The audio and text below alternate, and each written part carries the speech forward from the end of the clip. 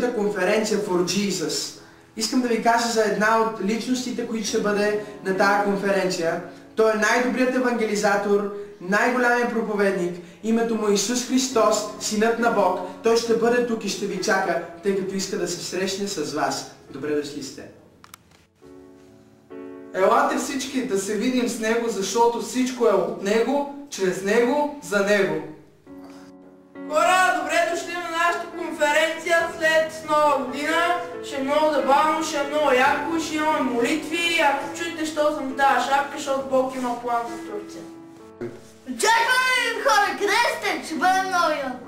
Амин! И аз съм на това мнение. Вярвам, че имаме невероятно време с Господа и вярвам, че първите дни от годината просто ще е голяма възможност за всеки един от нас да се приближи към Господа, както никога до сега в хваление и поклонение и въобще. Здравейте! Аз чуих как да ви насърча за конференцията и искам да ви споделя нещо, което се случи с моя живот. Това, което стана преди 2 години, промени изцяло живота ми и просто искам да ви кажа, че когато дадеш времето на Исус, желанията, мечтите си и уповаваш на Него, нещата се променят. Затова аз знам, че това не се случи само в моя живот, но ще се случи и в вашия, и в цяла България може да бъде променен, както и света.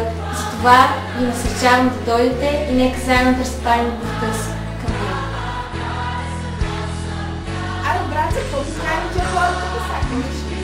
Много динаме парти, нещо такова щеше да е много жестоко. Аз не знам, И как се прави?